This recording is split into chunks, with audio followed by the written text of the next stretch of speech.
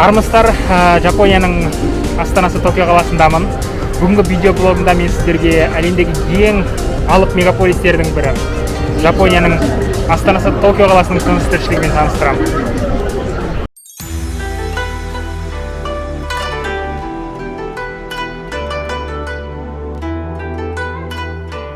Токио бұл жер планетасындағы мүлдем бөлек планета. Саяхатшылар арасында Токиоға бару бөлек планетаға барумен тең деген сөз де бар. Токио бұл аспанмен таласқан зәулім ғимараттар. Токио бұл нанотехнология һәм жаңа технология. Токио бұл ешқандай шекараға бағынбайтын жастар. Сонымен жайлап жайғасыңыз, әлем астанасы болуға лайық гигант қала Токиоға саяхатымызды бастаймыз.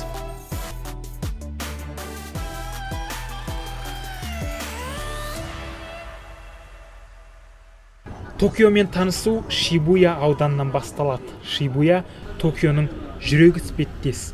Жыбырлаған халық, ғалып лет экрандар, пойыз, көлік, музыка, бір сөзбен айтқанда бұрқылдап жатқан қызу тіршілік. Дәл осы Шибуяда әлемдегі ең ығы-жығы қиылыс орналасқан. Бағдаршамның жасылы жанған сәтте мына қиылыста жүздеген адам кесіп өтеді.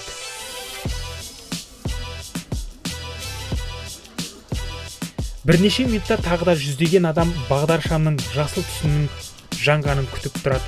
Адамдардың бағдаршамнан өткені де турист үшін бір бөлек аттракцион.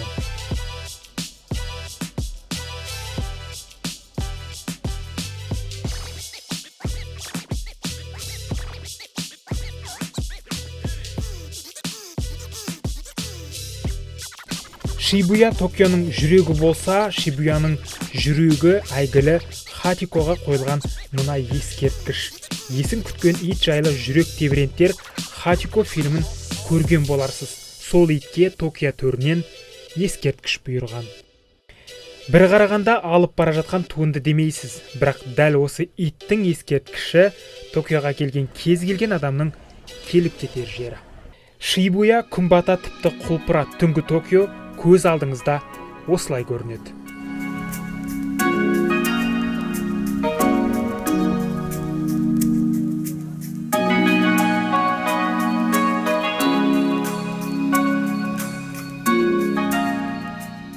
Шибуядан Харадзуки кварталына ауысайық. Бұл аудан сән үлгісін көрсететін подиумға да ұқсайды. Мұндағы жастардың киімі, шаш үлгісі, кроссовкасы бәрі ерекше. Киімдері де бір-біріне ұқсамайды. Харадзуки Жапон сән үлгісінің символы. Кварталда батыстың киім үлгісінен бастап жергілікті субмәдениеттердің де нышандары бар. Түрлі брендтердің қымбат бутиктерінің бәрі де осы жерде орналасқан.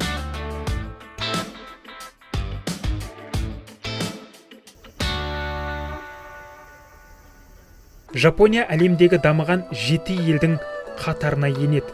Мұғалім теңгеге шаққанда 2 миллион, дәрігер 6 миллион теңге жалақы алады. Қарапайым даяшының жалақысы 800 мың теңгеден басталады. Жапонияда суицид көп деген сөз бар, бірақ мұнымен жапондар келіспейді. Бұл ел суицид бойынша елеулікке дейін бейді. Суицид жасап қайтыс болғандар артындағы жақындарына үлкен жүк қалдырады. Мәселен, метро астына түсіп өлген адамның туыстары метроға келген зиянның барлығын өтеуі тиіс.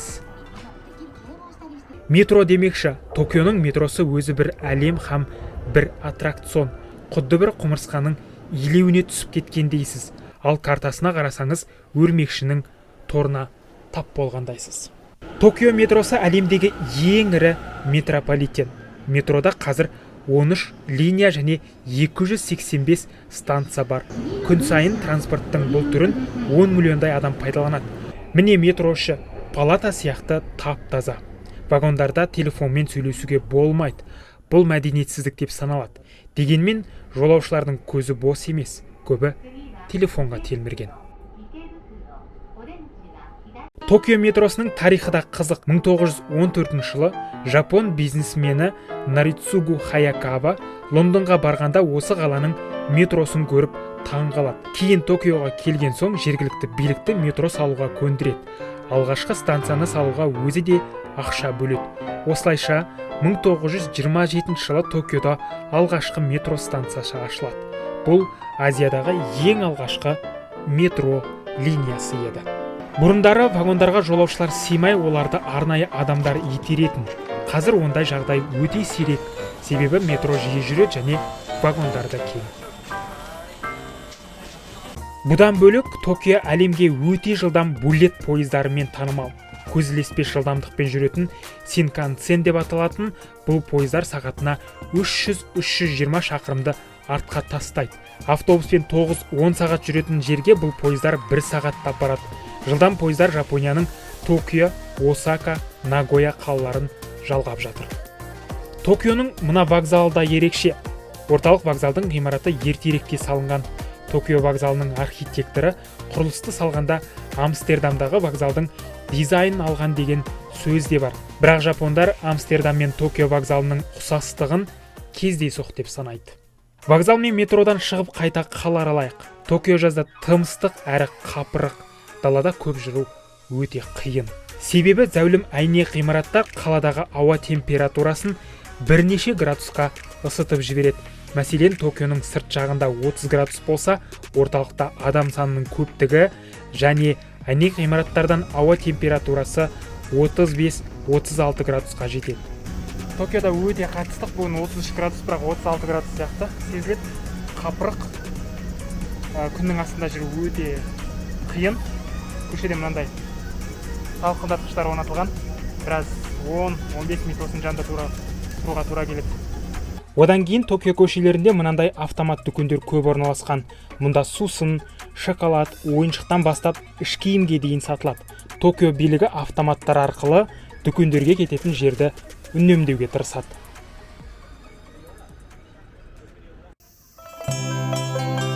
Енді модерн Токиодан ежелгі Токионың аурасына сүңгейік. Мынау 645 жылы салынған Сенсодзи храмы. Бұл Токиодағы ең үлкен храм. Жапондардың мейірім құдайы Каннонның құрметіне салынған. Храмның кіреберіс қақпасындағы мына фонар 700 келі тартады. Бұл жерге жылына 30 миллион жапондық шет елдік мінәжат етуге келеді. Храмның негізгі залындағы мына жерге тиын лақтырып, бас иіп, Каннон құдайға тағзым етеді.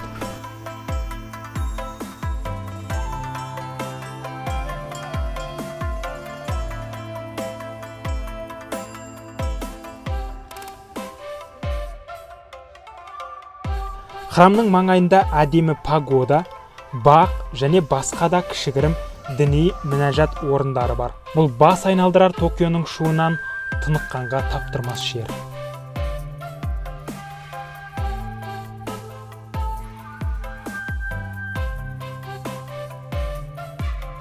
Бұған қоса Токиода елдің императоры отыратын сарай да бар.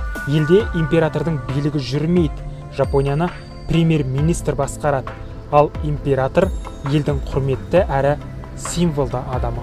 Императордың сарайына жақын баруға болмайды. Маңайын полиция күзетіп тұрады. 19 ғасырдың ортасында салынған сарайды алыстан ғана көре аласыз. Одан соң маңындағы император бағын аралауға болады. Баққа кіру тегін. Тарихи Токиодан қайта модерн Токиоға жол тартайық. Бұл Токио Sky Tree. Бүкіл Жапониядағы ең биік құрылыс. Осы мұнара арқылы Жапонияның телерадиолары мен ұялы телефон операторлары сигнал алады, яғни Токионың көктөбесі. Жапондар 634 метрлік мұнараны небәрі 4 жылда салып 2012 жылы ашты.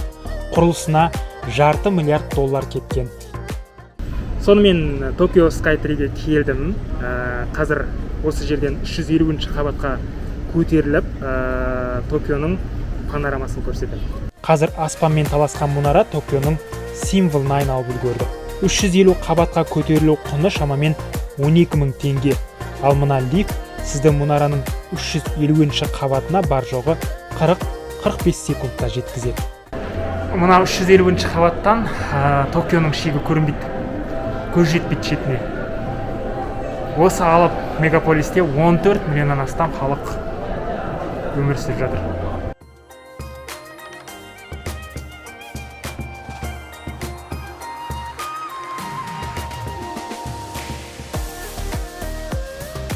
Жер сілкінісі жиі болатын Жапонияда дәл осындай биік құрылысты қалай салды деген ой келеді. Дәл осы Токио Skytree мұнарасы 7 балдан жоғары жер сілкінісіне шыдас беретін технологиямен салынған.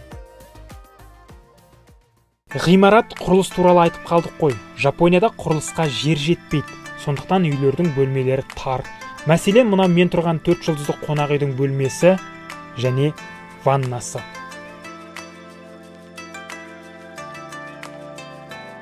Шалқып жататын кең ванна мұнда мұң.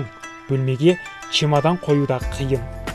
Мұнда үй бағасы қымбат. $50,000 өзіне бір бөлмелі пәтер тимейді. Пәтер қымбат болғандықтан қалада мынандай капсула микропәтерлер трендте. Яғни адамдар 5-6 шаршы метрлік осындай шағын пәтерлерде тұрады. Токиода мұндай шап-шағын капсуланың өзі өте қымбат. Шаһарда 20 шаршы метр пәтеріңіз болса қуаныш. Токиода миллиондаған адам тұрса да көлік кептелісі аз. Жапондар кептеліс мәселесін бірнеше қабатты жолдар салу арқылы шешкен. Жапондар әлемде ең ұзақ жасайтын халық. Мұнда халықтың орташа жасы 82 жастан асады. Мұның бір сыры жапон халқының тамақтануынан дейді. Бұл халық көбіне теңіз тағамдарын, көкөніс пен жеміс жидек жеуге тырысады. Токиоға жол түссе, жапон асханасынан дәм татыңыз. Ең дәмді суши де осы Жапонияда. Токиода көшедегі шағын кафелерде тамақ бағасы аса қымбат емес. Мен қаланың ортасынан ресторандардан тамақтың құны $12-13 дейін барады. Яғни 5,000-5,500 теңге. Ал фастфудтардың бағасы $7-8 шамасында, яғни 2,000-3,000 теңгеге Макдональдс, Бургер Кинг және Жапонияның жергілікті фастфудтарын жеуге болады. Бұған қоса әлемдегі ең қымбат ресторандардың бірі Токиода орналасқан. Арагава стейкхаусында Коби еті дайындалады. Мұнда дайындалған еттер өте жұмсақ болған сонша, гурмандар Арагаваның стейктерін шайнамай жұтуға болады деп қалжыңдайды. Арагава ресторанында бір стейктің құны $350 тұрады. Ал шай, салат, басқа да тамақтарды қоссаңыз, бұл ресторанға кемі $500-600 тастап кетесіз. Жапония жұртқа ақылды туалеттерімен де танымал. Мұндағы дәретханалардың кнопкалары сіздің үйіңіздегі теледидардың батырмаларынан әлде қайда көп. Жапон туалеттері отырғанда жамбасыңызды жылтап, музыка ойнайды. Жапондар жайлылық туалеттерден басталады деп санайтын халық. Мына кнопкалардың бәрін бірден түсіну қиын. Туалеттен шығатын дыбыстар естілмес үшін шулы дауыс қосып қоюға болады. Ал мына функция не үшін керегін өзіңіз сезіп отырған боларсыз. Токионың тағы бір символы сакура. Көктемде сакураның гүлдегенін көру үшін Жапонияға миллиондаған турист келеді. Токиодағы сакура гүлдеген шақ табиғат ананың ең бір ғажабы. Жапонияда сакура әдетте көктемде сәуірде гүлдейді.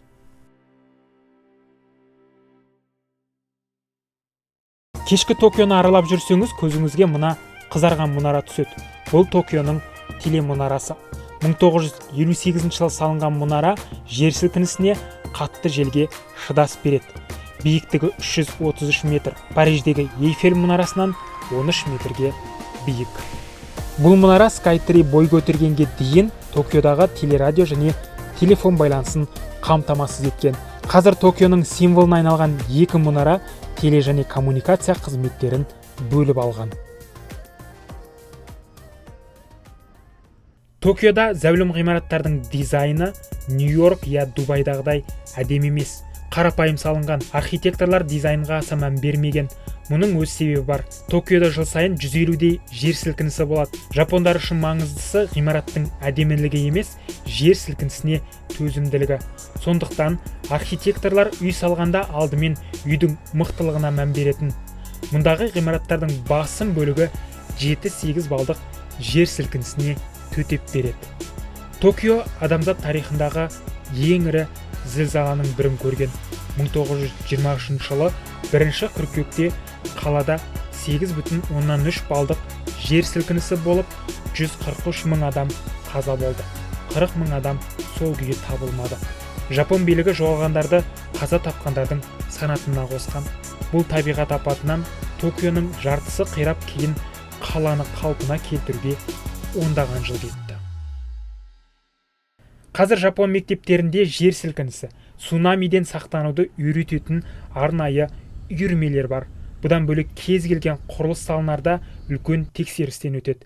Яғни Жапон халқы қашанда сақтықта өмір сүріп үйреніп қалған. Қалың жаңбыр, жер сілкінісі қаупінен бөлек Жапонияда 100-ден астам вулкан орналасқан. Сейсмикалық аймақта осындай алып мегаполисті салып, бір механизмге айналдырған Жапон халқының еңбегі мен біліміне таңғаласың. Бұл халыққа, Токиоға, Жапонияға қайта-қайта аригато гозаймас деп айта бергім келеді. Сонымен Токиоға саяхатым аяқталды.